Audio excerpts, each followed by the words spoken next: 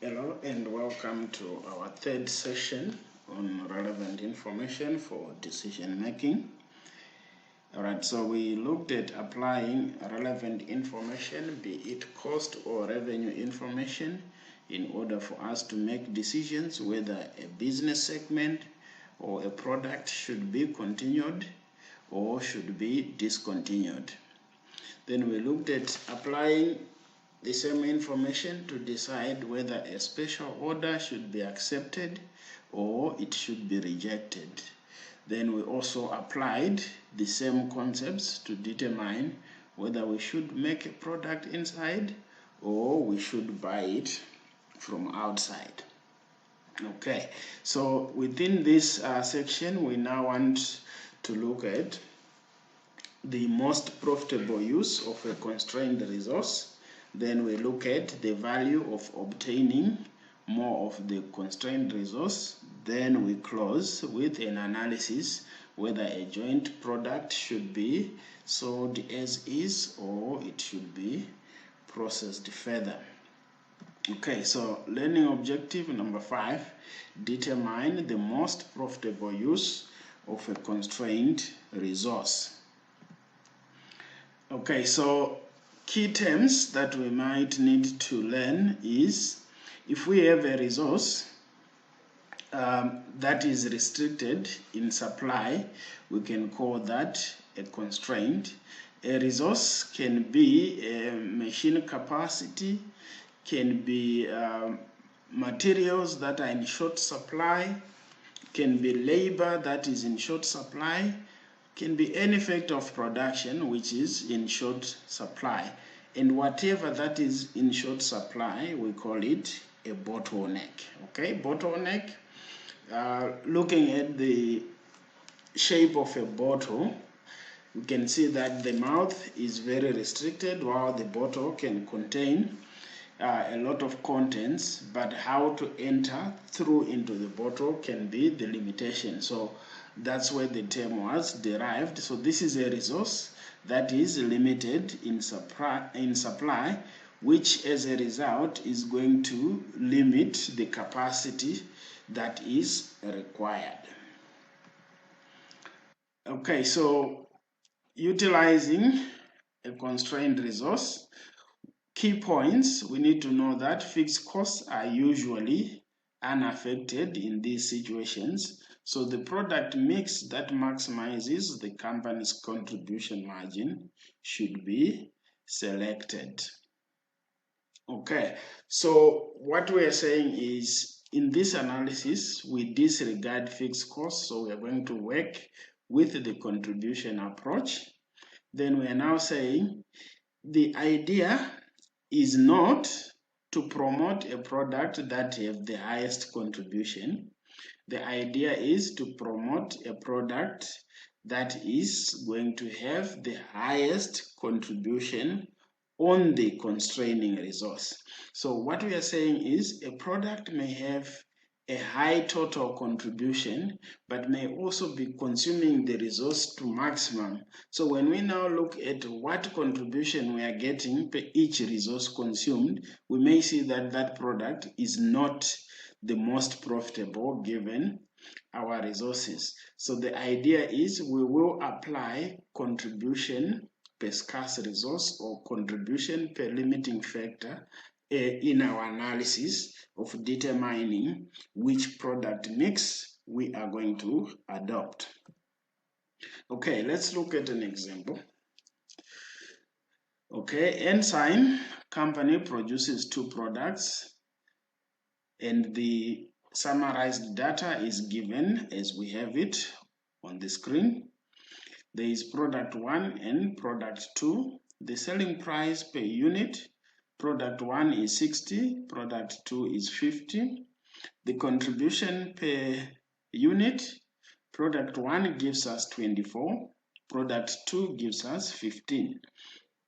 Then current demand per week, we need 2,000 of product 1, we need 2,200 of product 2.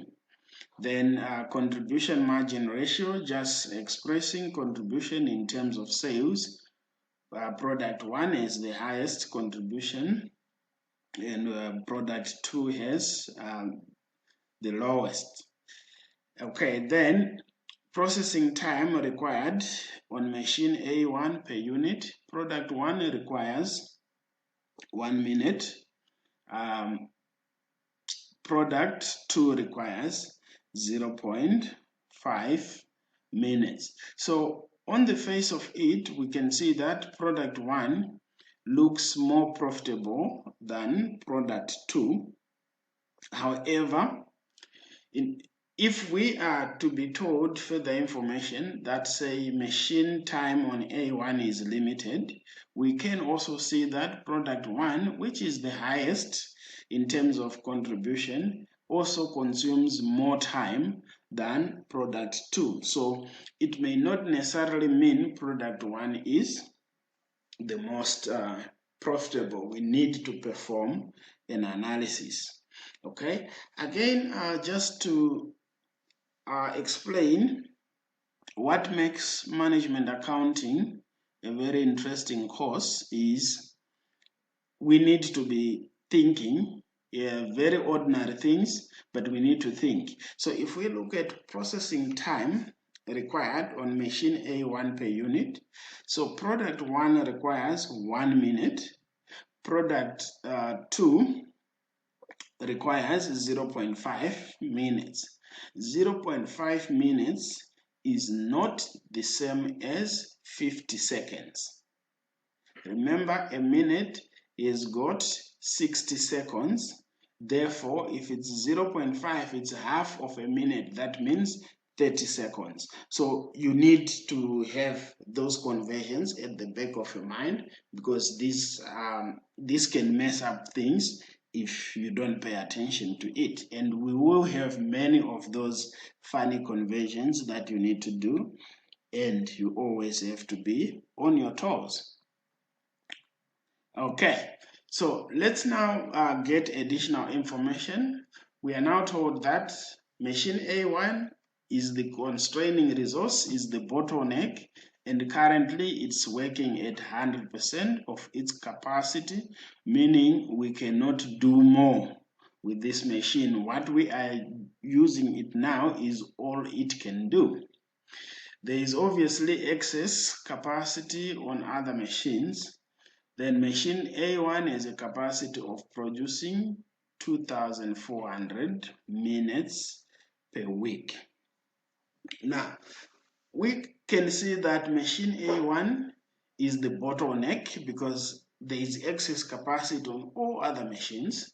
So therefore, this machine can only give us 2,400 minutes in a week. And the question is, should we focus on product 1 or focus on product 2? Remember, product 1 gives us $24 per unit. Product 2 gives us $15 per unit. So on the face of it, product 1 is more profitable. But let's see if then we are saying customers need 2,000 of product 1 and 2,200 units of product 2, and we have 2,400 minutes per week. Do we have a problem or we don't have a problem? What do I mean by that? I'm saying, are the 2,400 minutes enough to produce all the units that we need per week? Okay, let's now ask questions. And these are the questions that you should be asking as you'll be answering questions on this section of the topic. So how many units of each product can be produced through machine A1 in 1 minute? How many units of each product that can be produced on the constrained machine in 1 minute?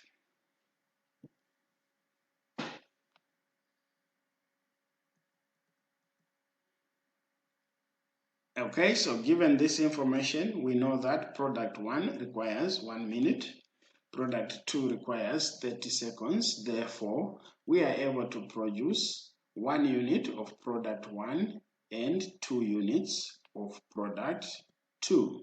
So the correct answer is B. Okay, then let's go to the next. What generates more profit for the company, using 1 minute for A1 or using 1 minute for using 1 minute of A1 to produce product 1 or using 1 minute of A1 to produce product 2?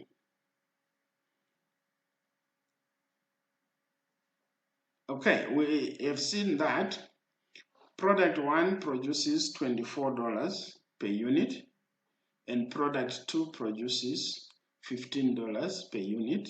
And in our previous question, we said in 1 minute, we can produce 1 unit of product 1 and 2 units of product 2, which means each minute is a contribution of 24 on product 1 and a contribution of 30, which is 2 units that can be produced in 1 minute times $15 per unit. Therefore, 1 minute is worth spending on product 2. Okay, then the key is the contribution margin per unit of constrained resource. So we want to calculate what is the contribution per unit, which we have already done, per unit of a constrained resource. So if the constrained resource is minutes, in this case, we just take our contribution per unit divided by the number of minutes required per unit. Then we come up with our contribution per limiting resource, in this case, contribution per minute. So as we can see from the screen, product 2 is contributing $30 per each minute that is made available. Therefore, it makes sense to use the minutes to produce product 2 first, and we produce product 2 to meet the demand. Since we are saying machine time is limited here, we cannot produce product 2 for stock. We only produce product 2 to sell, so that whatever remains goes to product 1 and it should also be sold. Okay, so we can move on now to look at how then we are going to make an allocation. So we are saying we have 2,400 minutes available, and we said the order of produce product 2 first and meet all the units that are needed for demand. Then whatever minutes remain would then go to product 1. So let's now look at the demand for product 2 is 2,200. We need 0.5 minutes per each unit. So how many minutes we are going to use? 1,100. And we have 2,400 minutes remain in total supply. So it means if we use 1,100 for the production of product 2, only 1,300 is going to remain for producing product 1. Since product 1 requires 1 minute per unit, it means we are going to produce 1,300 units on product 1. So you can see that we are no longer able to meet the whole demand of 2,000 units on product 1 because we are limited in terms of machine A1 time.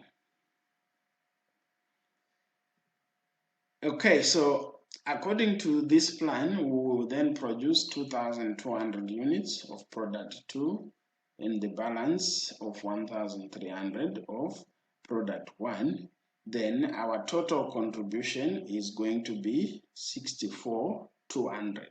So if you work other combinations of altering the units of product 1 and units of product 2, the maximum contribution, the highest contribution is achieved when we produce 1,300 units of product 1 and 2,200 units of product 2.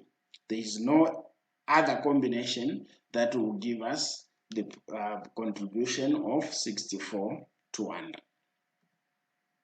Okay, so with that, we can see now that because of machine capacity, we could not produce all the units that were needed for product 1. So let's say elsewhere, someone is offering the same machine A1 and wants to charge us for the extra minutes that we need. Remember, we needed to produce, we needed 2,000 units. We only produced 1,300, which means we still have 700 more units that we need, or we need 700 more minutes of A1. So if somebody is offering those 700 minutes of A1, how much should we be willing to pay per minute? All right, so this brings us to the next objective, which is determine the value of obtaining more of the constrained resource. Okay, when we shall be doing linear programming, we will still rename the same thing as a shadow price. So we can say determining the shadow price of machine A1 time. Determining the shadow price of 1 minute of machine A1. Okay, so if we are to increase the capacity of a constrained resource, we are going to do so that we increase production and we increase sales. Okay, so how much should Ensign be willing to pay for an additional minute of A1 machine time? Why do they have to be willing to pay additional money on 1 minute? It's because the company needs 2,000 units of product 1 and they only can produce 1,300. So they still need 700 more minutes. Okay, so the additional machine time would be used to make more units of product 1. Since product 2, we have produced all the 2,200 units and they are available for sale. Remember, we only produce until we meet the demand. We don't produce to stock when the resources are scarce. Okay, so any additional machine time here is going to be used to produce product 1, which is a contribution of $24 per minute. So Ensign will be willing to pay up to $24 per minute. This is the amount of money that they will make per unit of product 1 that they are going to make. So we are now saying this company is willing to pay up to $24, which means if the supplier says you are going to pay me $1 per minute, Ensign is happy to do that because they will make $23 out of that. If the supplier says, Ensign, pay me $20 per minute, Ensign is happy to pay that $20 per minute because they know that 1 minute is going to give them 24, so their net is going to be $4 per each minute. So that's a good deal.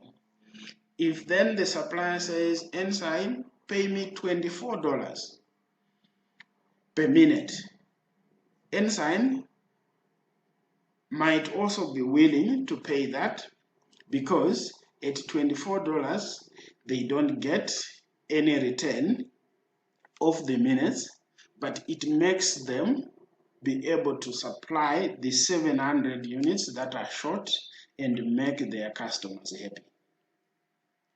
Now, if the supplier then says, Ensign, give me $25 per minute, Ensign is not ready to pay $25 per minute, because when they use that minute, they will get 24. So it means it leads to a loss of $1. So Ensign is willing to pay a maximum of 24. The minimum can be 0, but the maximum that they are willing to pay will be 24. Any supplier that charges more than $24 per minute is not attractive to Ensign. Any supplier that charges $24 is going to be attractive. Remember, this is the break-even point. This is the break-even point where Ensign is not making a loss and is also not making a profit. And Ensign might agree because they still want to meet the demands of the remaining 700 units. Okay, so let's look at a quick check. We have Colonial Heritage, which makes reproduction of colonial furniture from selected hardwoods. The company is producing chairs and tables. They sell chairs at $80 and tables at $400. The variable cost per unit, chairs 30, tables 200. The board feet is a unit of measurement, like square meters or square centimeters, going on like that. Remember, this is an American book, so they are using board feet. It can be square meters or square centimeters. Okay, so chairs requires 2 board feet per unit. Tables requires 10 board feet per unit. Then customers would buy 600 chairs in a month and 100 tables in a month. So the company supplier of hardwood is only able to supply 2,000 board feet this month. Is this enough hardwood to satisfy demand? Okay, so this is the first question that you should ask when you are answering questions that are on this section of utilizing a constrained resource. You don't start by solving a problem when you have not established that there is a problem. So in an exam, I will not ask you this question to say, is there enough hardwood to satisfy demand? No, I won't ask that question. I will simply ask, should they produce tables or should they produce chairs? But within that answer, you first need to determine whether there is a problem, whether there is a limited resource. Sometimes I can still give you a similar question, but this time I will say there is board feet, there is direct labor, there is material A that is also needed. Then I just tell you that the company has been told that board feet is limited to 2,000 feet. Then material A is limited to so much, material B is limited to so much. You first have to determine out of these resources which one is limited, because the fact that the question is saying resources are limited to does not mean it's a limitation in the question.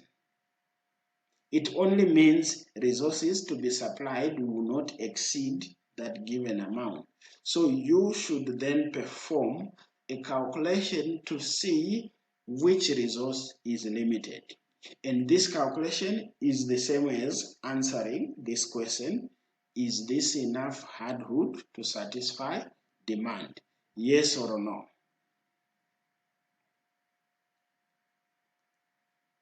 Okay, you have seen that you need 2 board feet for chairs and you are producing 600 chairs. So you say 2 times 600 plus you need 10 board feet per each table and you are producing 100 tables. So you then say 10 times 100. Then you add the two figures and compare them to 2000 and see whether that figure is greater than 2000 or is less than 2000. So if we do that calculation, we see that to meet this demand, we need 2,200.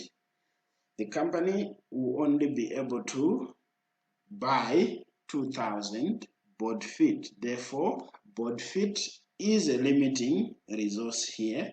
Board feet is the bottleneck.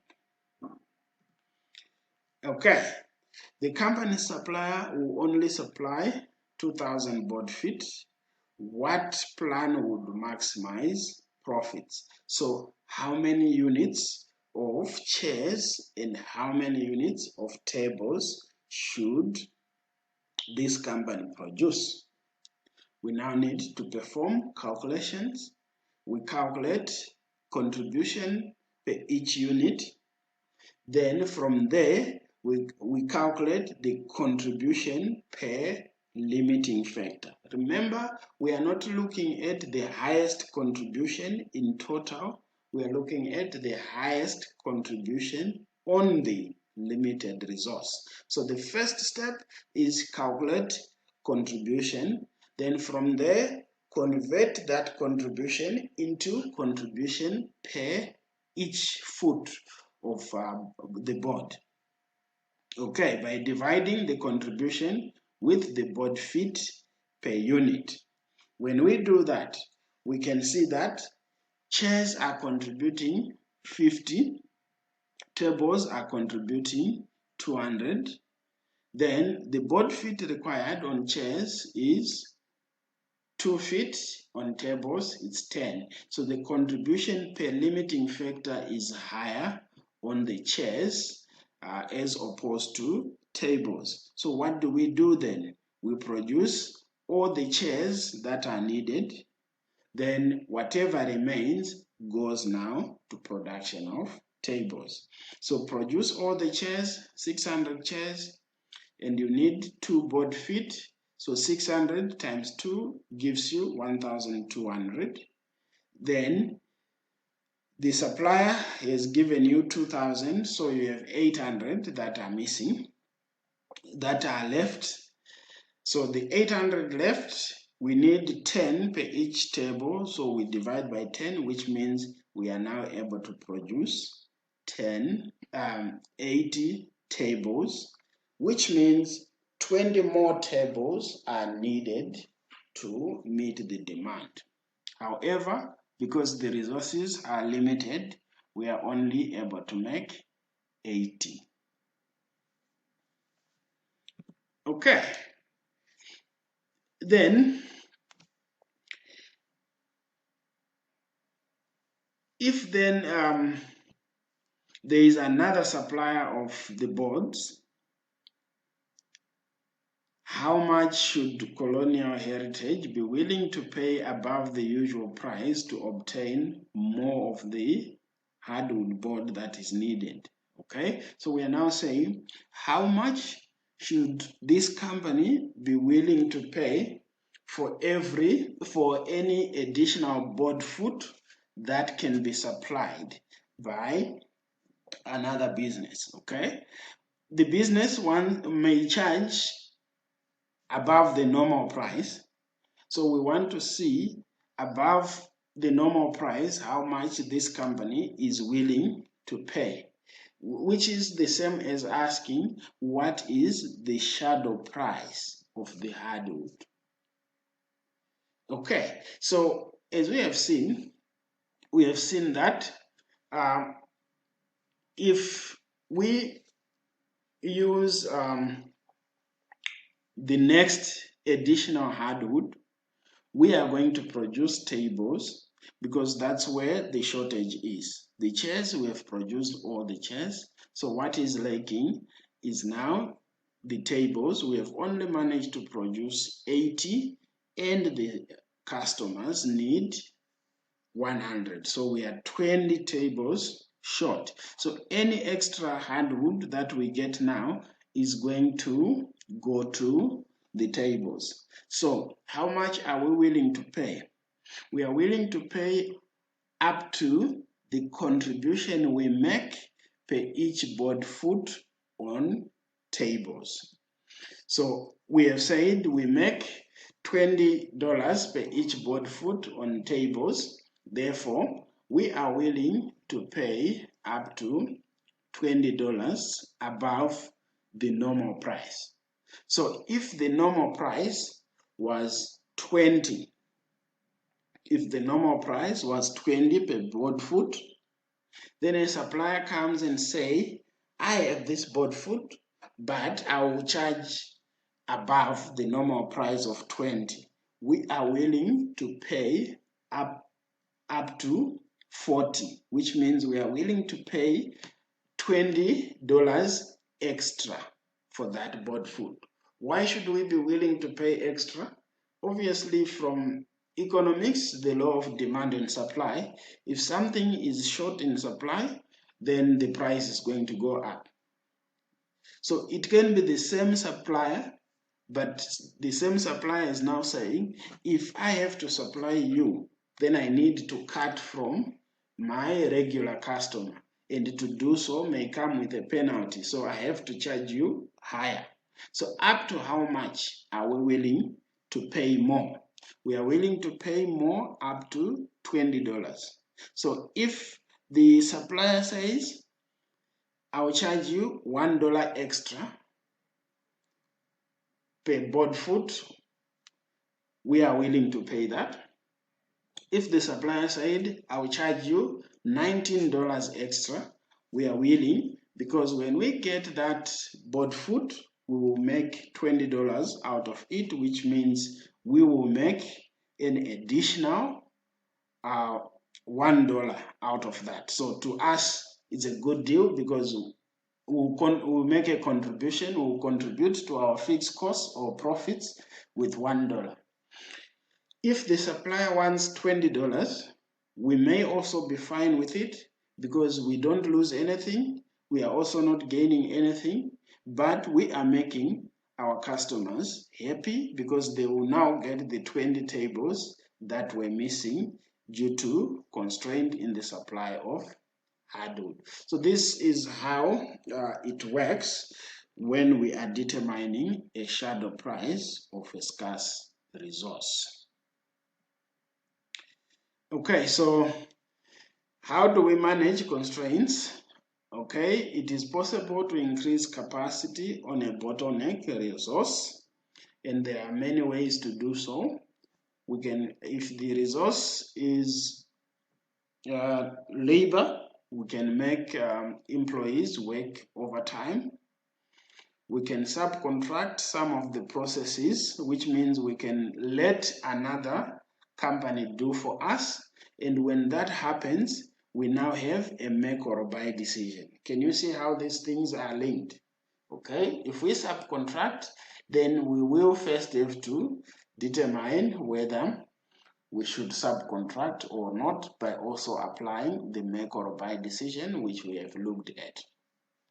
We can invest in additional machines at the bottleneck, or we can invest or make more availability of the scarce resource.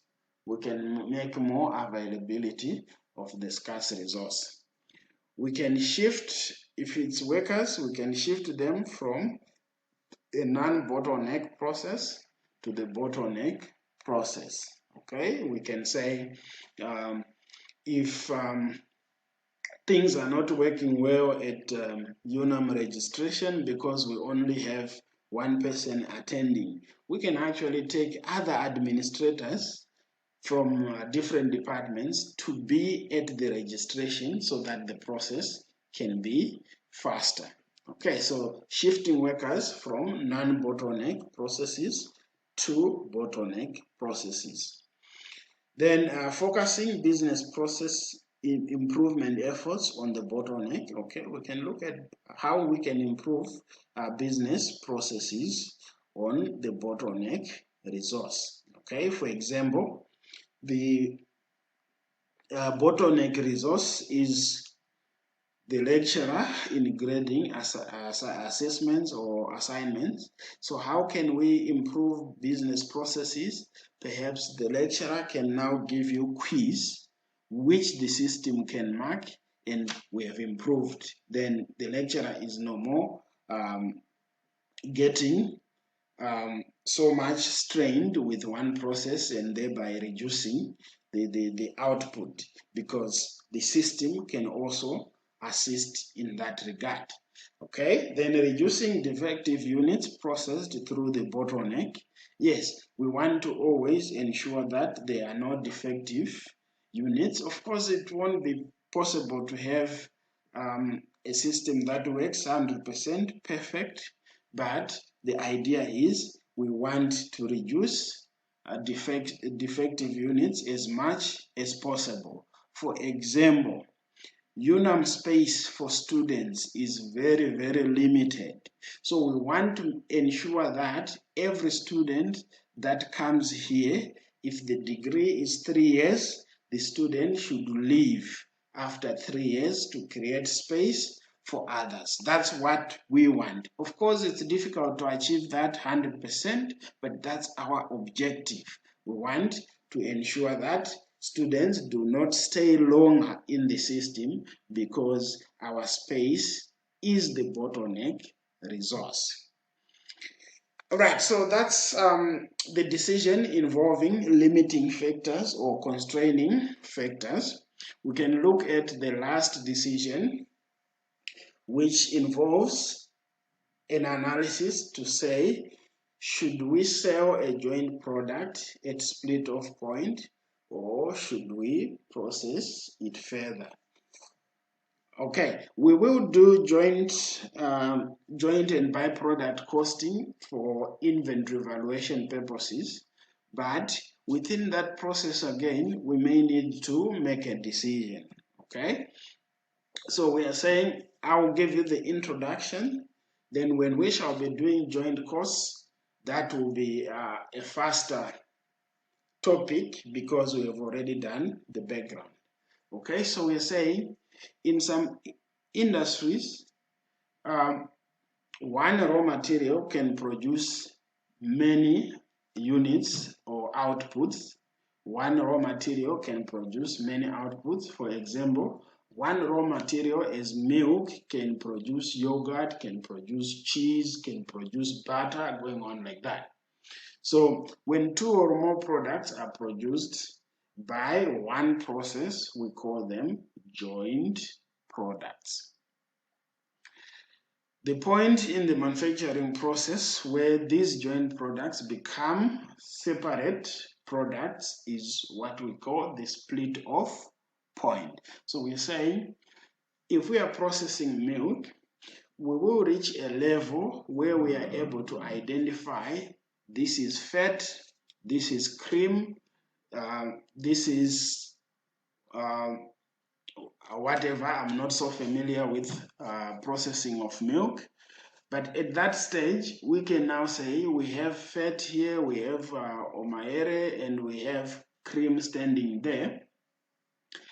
That is the split off point. So the decision that we may need to make now is this cream, should we process it further into cheese? Should we process it further into butter?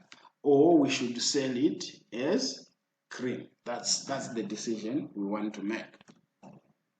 Okay, so another example can be in the crude oil processing, we have a common production process. So we get crude oil, then within that oil, we are able to produce the oil as lubricants, we are able to produce gasoline, we are able to produce chemicals. So the stage at which we can now say this is oil, this is gasoline, these are chemicals, that point we are now able to say that's a split off point. So then you can now see that within the oil, we can do further processing to get other products. We can do gasoline further processing to get other products. So then the question will be, should we sell it as oil or should we further process? Remember, when you get at the joint input there are costs that are going to come in there. So the question we want to answer is, should we consider those costs or should we only look at what happens after further processing? Okay. We are now saying when we are doing cost allocation or joint product cost allocation, what we are simply trying to do there is to determine the value of the inventory. So that is just for inventory valuation purposes, and it has no use or no meaning in what we can do with the joint products after split off point. Okay, so joint costs are irrelevant in the decision because at that point where we reach the split off point, the joint costs will already be incurred. So at that stage, the joint costs are a sunk cost. Okay, so what then do we consider? We are going to consider to process further or not if the incremental revenue from such a process is going to be higher than the incremental cost. We are only going to process further if the incremental revenue is higher than the incremental cost. Okay, so let's look at an example. Sawmill Incorporated cuts logs from which unfinished lumber and sawdust are the immediate joint products. Unfinished lumber can be sold as is or is processed into finished lumber. Sawdust can be sold as is to gardening wholesalers, or it can be processed further into Presto logs. Okay, so let's now have some extracts from Sawmill Incorporated. Per each log, we will produce lumber and sawdust, and the sales value at split off, at the time we are able to determine this is lumber, this is sawdust, we are able to saw lumber at 140, and we are able to sell sawdust at 40. Okay, then the sales value after further processing, if we process lumber further, we'll sell it at 270. If we process sawdust further, we sell it at 50. The joint costs allocated to each log of lumber and to each sawdust per log, we are saying the joint allocated costs will be 176 for lumber and 24 for sawdust. Then the cost to further process is $50 for lumber and $20 for sawdust. So the question is, which of these products, of these two products, should be sold at split off, and which of these two products should be processed further? For us to do so, we will need to look at what is the incremental revenue, what is the incremental cost. So we are saying by how much is the revenue increasing. So we need to look at difference between 2 points. Then we look at by how much the costs are also increasing, or we are looking at additional costs. Okay, so sales value after further processing, lumber would give us 270, sawdust would give us 50. Sales value at split off. Okay, before further processing, lumber was selling for 140, sawdust was selling for 40. So incremental revenue, the increase in revenue as a result of further processing is 130 and 10. Cost of further processing, which is additional cost. We are not looking at the allocated joint costs, we are looking at the additional cost. For us to get this additional revenue of 130 on lumber, how much additional cost should we put in? Okay, so we should put in 50 for lumber and 20 for sawdust. So at the end, for lumber, we'll get additional net profit of 80, and for sawdust, we get an additional loss of 10. So what decision can come from here? Obviously, let's process lumber further and sell sawdust as is. Okay, so that's the decision we needed to make in as far as joint products, to see whether a joint product should be sold at split off or it should be processed further. Okay, the part of activity-based costing, you will look at it in your third year. All right, so that puts us to the end of this unit, relevant information for decision making. Thank you.